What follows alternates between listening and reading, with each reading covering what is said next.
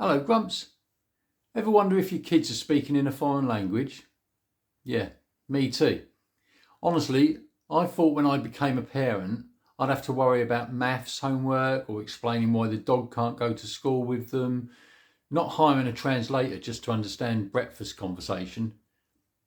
My son looked at me the other day and said, "Dad, that bacon roll was bussin', AF, no cap." I just nodded like an idiot and prayed it wasn't an insult. So today I'm going to do a full A to Z of youth slang. By the end you'll either understand your kids or you'll realise you've raised a stranger who communicates entirely in riddles. So first up, AF. AF means as fuck, as in he's cool as fuck. It's basically just swearing but with GCSEs in abbreviations. My boy said to me, "I'm tired AF." Great, join the club. I've been tired AF since 1990. Next we have 8, as in he ate something, but it's he ate means they succeeded, which is funny because half of them don't eat unless it's beige and covered in breadcrumbs. I tried using it at work once. I said, "I ate that presentation," and my boss asked if I was drunk. I'm not sure I'll be using that one. Then we have bussin'. This means extremely cool or awesome, but it sounds like public transport. That kebab was bussin', was it? Or was it just slightly warm meat near a bus stop? Next is cap. So cap means lie. So no cap means I'm not lying. So if your kid says, "I'll do the washing up," no cap, that's all cap. Or "I'll do my homework," well, that's big cap. What about canon event? Well, this is from Spider-Man. A canon event is a pivotal life moment. Like when I realised that coffee costs £4.50 and comes in a cup smaller than when it was £3.50. Canon event. Next we have cheugy.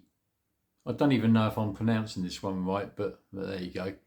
So cheugy means out of date or trying too hard. Apparently, if I try to wear skinny jeans, I'm being cheugy. Great, I'm cheugy for having legs that don't resemble chimney pipes. Then we have cringe. Well, we all know this one, I think. So cringe is basically anything me as a parent does.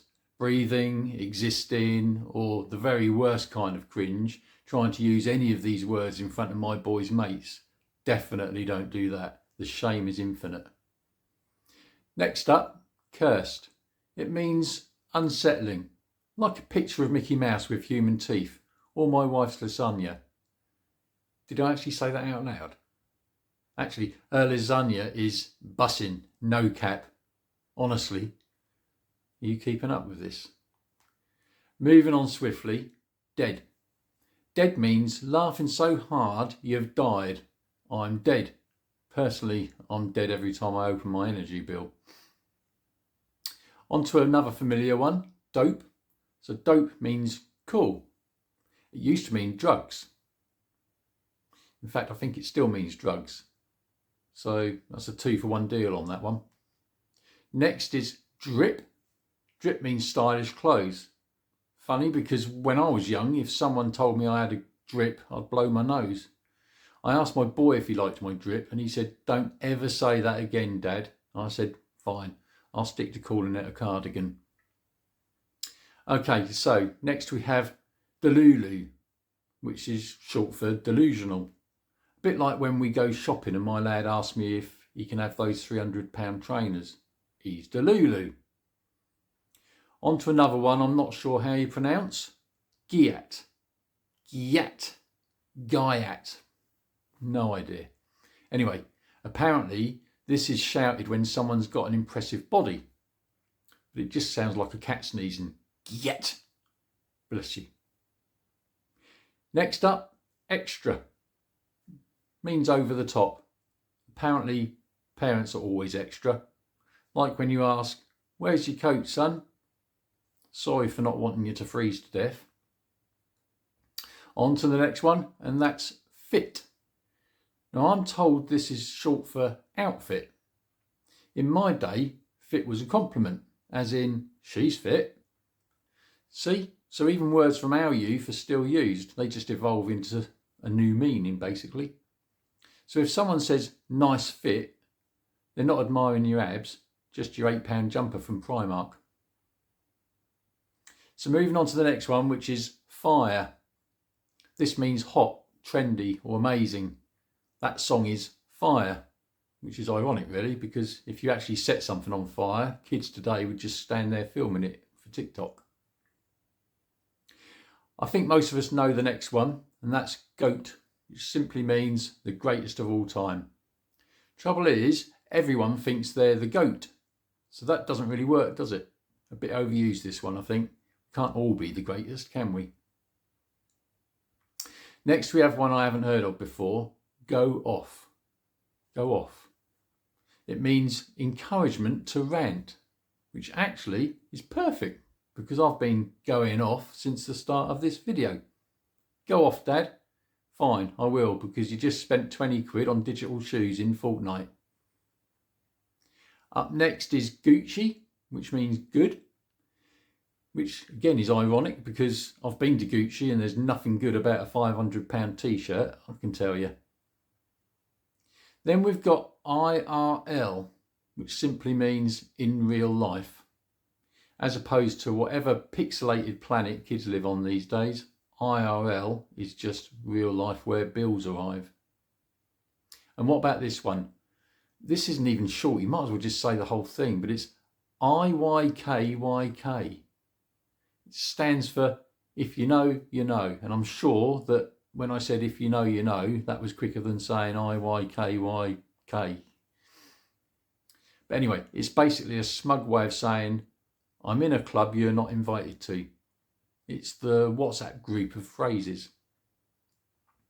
Next we've got lit, which means amazing or exciting. And in my day, if something was lit, it was the shed, accidentally, with fireworks.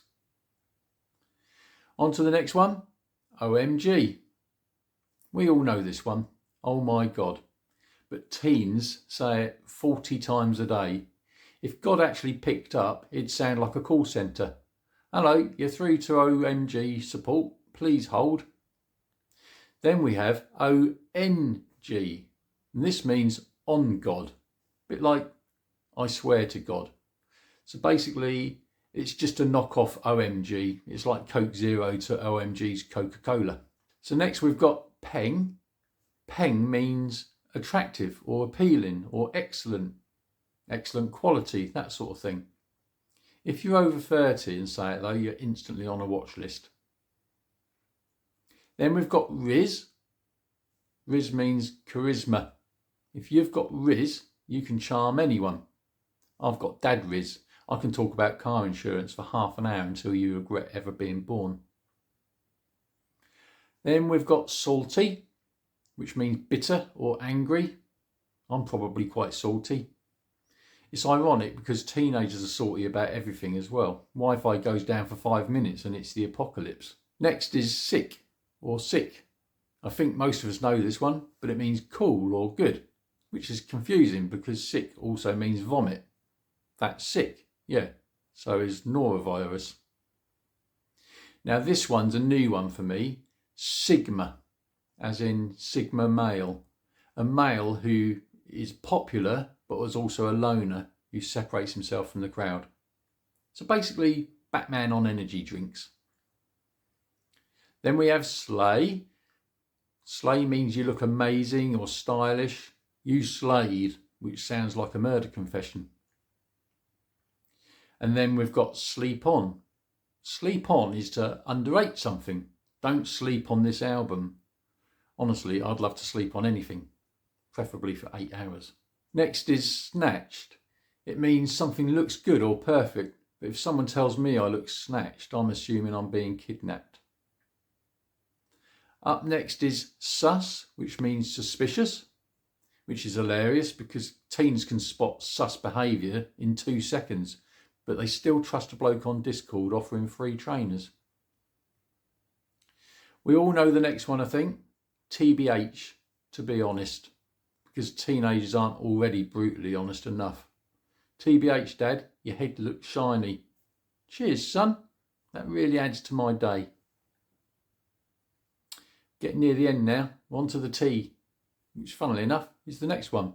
Tea simply means gossip, news, or spill the tea. You're not reinventing the wheel here, kids. This used to be known as talking. Then we've got thirsty. Well, I thought I already knew what this means, but apparently it now means someone is desperate for attention, which basically describes everyone with a TikTok account.